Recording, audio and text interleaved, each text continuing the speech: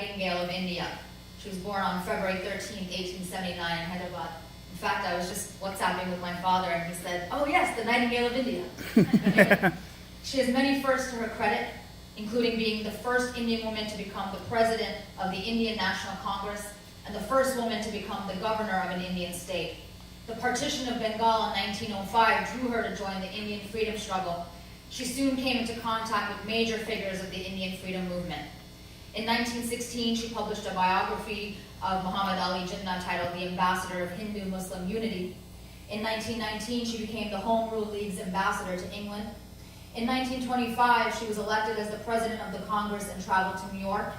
In 1942, she was arrested during the Quit India movement and was lodged in jail for 21 months with Mahatma Gandhi and shared a close rapport. She presided over the steering committee at the Asian Relations Conference in March of 1947.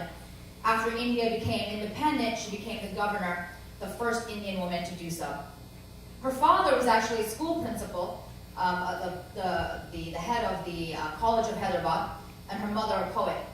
She was the eldest of 8 and went to schools in Chennai, Cambridge, and Oxford. She had 5 children. I asked my father, how was she able to do all of this with 5 children? You know.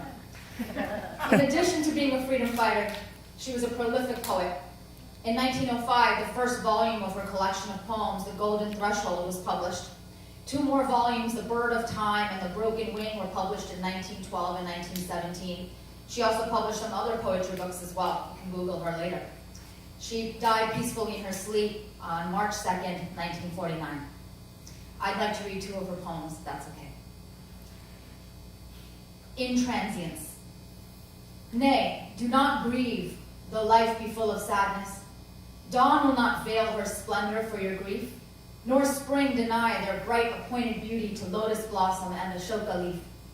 Nay, do not pine, though life be dark with trouble. Time will not pause or tarry on his way.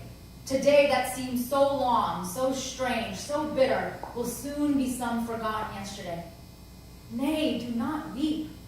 New hopes, new dreams, new faces, the unspent joy of all the unborn years will prove your heart a traitor to its sorrow and make your eyes unfaithful to their tears. The next one is called In Salutation to the Eternal Peace. Men say the world is full of fear and hate, and all life's ripening harvest fields await the restless sickle of relentless fate. But I, sweet soul, rejoice that I was born, when from the climbing terraces of corn I watched the golden orioles of thy morn. What care I for the world's desire and pride, who know the silver wings that gleam and glide, the homing pigeons of thine eventide?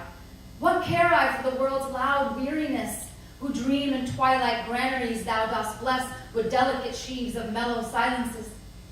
Say, shall I heed dull presages of doom, or dread the rumored loneliness and gloom, the mute and mythic terror of the tomb? For my glad heart is drunk and drenched with thee, O inmost wind of living ecstasy, O intimate essence of eternity. Thank you. Let's go.